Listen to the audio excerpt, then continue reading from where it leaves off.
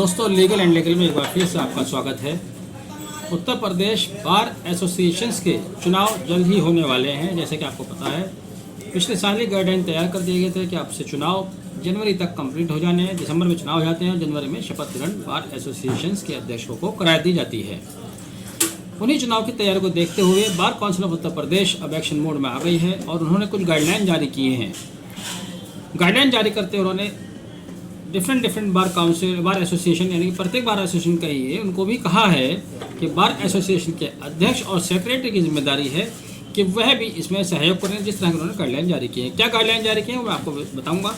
पहला, उन्होंने कहा है कि उत्तर प्रदेश के एडवोकेट जो किसी एक ज़िले में रजिस्टर्ड हैं, किसी एक बार एसोसिएशन के साथ संबंधित हैं, लेकिन वो उत्तर प्रदेश के दूसरे ज़िलों में भी वकालत करते हैं, कर सकते हैं, उनका अधिकार है, लेकिन दूसरे ज़िले में वोट कास्ट करने का उनका अधिकार नहीं है। यानी कि वोट केवल वहीं पर कास्ट करेंगे जहां पर वो जिस बार एसोसिएशन के साथ जुड़े हुए हैं। मान लीजिए दो नज़दीकी शहर हैं, मेरठ और हापुड़। कोई अधिवक्ता महोदय मेरठ में बार एसोसिएशन के सदस्य हैं और हापुड़ बार एसोसिएशन के भी सदस्य हैं या बागपत बार एसोसिएशन के सदस्य हैं, इस तरह के केसेस हैं, तब उनको वोट कास्ट करने का एक ही विकल्प चुनना होगा। ये पहले से भी नियम था, लेकिन इस पर अमल नहीं किया जा रहा था, जिसको लेकर पिछले चुनावों में कई सारी शिकायतें सामने आई। कानपुर बार एसोसिएशन का चुनाव चर्चाओं में रहा, मेरठ का बार एसोसिएशन का चुनाव बहुत चर्चाओं में रहा, काफ़ी दिनों तक वो अटका रहा। बार काउंसिल ऑफ इंडिया द्वारा उसको नियमित किया गया, जब जाके वो मसला हल हुआ। उन्हीं सब बातों को देखते हुए पहला नियम उन्होंने ये बनाया कि आप चाहे किसी भी ज़िले में प्रैक्टिस कर सकते हैं, कहीं भी करें, लेकिन एक ही ज़िले के आप मेंबर होंगे, जहां मेंबर हैं वोट केवल वहीं कास्ट करेंगे।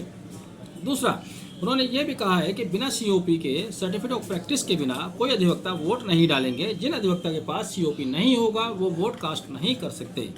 यानी कि आप अभी भी सुन रहे हैं कि सीओपी का रिन्यूअल की प्रक्रिया शुरू हो गई है और चुनाव भी करीब है।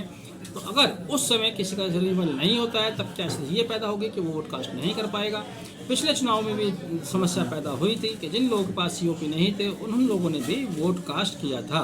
लेकिन अब जैसे कि bar council of Uttar Pradesh पहले से ही एक्शन मोड में है, तो अब ये निश्चित है कि आने वाले चुनाव में जिन लोगों के पास, जिन अधिवक्ताओं के पास सीओपी नहीं है, वह वोट कास्ट नहीं कर पाएंगे, बिना सीओपी के वोट कास्ट नहीं कर पाएंगे। दूसरी बात कि अधिवक्ताओं को अपना वोटिंग प्लेस भी चुनना होगा। हालांकि सीओपी के ऊपर लिखा रहता है वोट प्लेस, लेकिन जैसे कि मैंने पहले कहा कि उस पर अमल नहीं किया जा रहा है। अब उस पर बार काउंसिल सख्त हो गई है।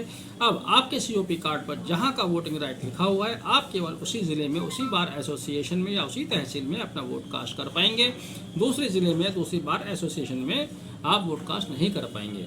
साथ ही जैसे कि मैंने बताया था कि bar council of Uttar Pradesh द्वारा जिस गाइडलाइन की बात चल रही है, 4 अगस्त 2022 को गाइडलाइन जारी किया गया था। उसी गाइडलाइन में उन्होंने बार एसोसिएशन के अध्यक्ष और सेक्रेटरीज को भी कहा है कि वह ऐसे अधिवक्ताओं की पहचान करें, उनकी सूची बनाएं, सूची बनाकर bar council of Uttar Pradesh को भेज दें। अब यहाँ पर देखना ये होगा कि ज़िलों की बार एसोसिएशन इस नियम पर कितना अमल कराने में सहयोग करती है, क्योंकि जब लूप होल्स होते हैं तो वो लूप होल्स की बड़ी वजह बार एसोसिएशन से, ज़िले की बार एसोसिएशन ही होती हैं, जो इस तरह की कुछ कमियों को रिलैक्स कर देते हैं। एल्डर कमेटी को भी उन्होंने कहा है और एल्डर कमेटी की ये बड़ी जिम्मेदारी होती है।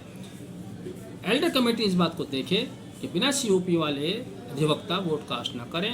दूसरा, एक ही ज़िले में जहां पर वह एनरोल्ड हैं केवल वहीं पर वोट कास्ट करें। दूसरी जगह वोट कास्ट, अगर एक से ज़्यादा ज़िले में वो एनरोल हैं भी, अगर एक से ज़्यादा ज़िले में एनरोल हो जाते हैं, तब भी वोट कास्ट का जो राइट होगा उनका एक ही ज़िले का होगा। बहरहाल वीडियो आपने आखिर तक देखा, बहुत बहुत धन्यवाद। जानकारी पसंद आई है तो इसको लाइक और शेयर भी कीजिएगा ताकि जानकारी और तक भी पहुंच सके। Thank you, have a nice day.